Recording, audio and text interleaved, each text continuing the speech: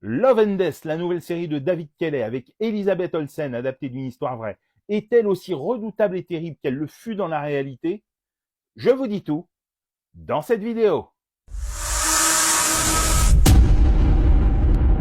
Salut à tous, dans cette nouvelle vidéo, je vous parle de Love and Death, la nouvelle série de David Kelley, l'homme derrière Big Little Lies et toute une flopée de séries cultes des années 80 et 90, avec en vedette Elizabeth Olsen et Jesse Plemons.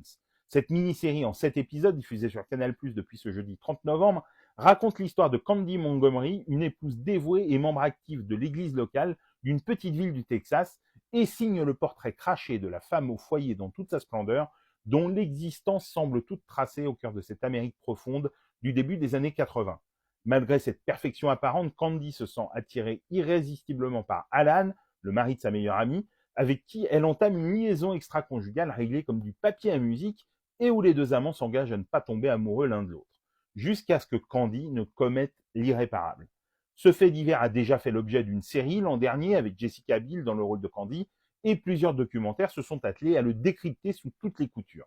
Sous la houlette de David Kelley et sur ses 2 premiers épisodes, Love and Death devient la description entomologiste d'une petite communauté et des comportements de ses membres affolants d'hypocrisie et de normalité apparente sous leur dessous littéralement effrayant, un peu comme Kelley l'avait fait toute proportion gardée dans les années 90 avec la géniale Picket Fences, dont on retrouve les palissades blanches et immaculées dans le générique de Love and Death. Love and Death fait partie de ces séries réunies sous l'appellation True Crime,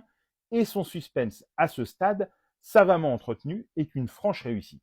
La reconstitution parfaite des 80s, densifiée par les tubes disco de cette période culte, est assez dingue et les interprètes sont tous absolument impeccables.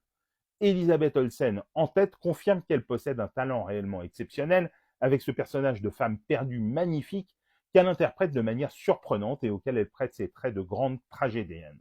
Pour ceux qui ignorent la conclusion de ce récit hallucinant, il y a fort à parier que Love and Death leur apportera leur quota de suspense et de sensations fortes jusqu'au terme des 7 épisodes. Love and Death est diffusé sur Canal+ chaque jeudi depuis le 30 novembre et disponible à la demande sur MyCanal. Dites-moi en commentaire si vous l'avez vu et ce que vous en avez pensé, et sinon si cette vidéo vous a donné envie de la découvrir.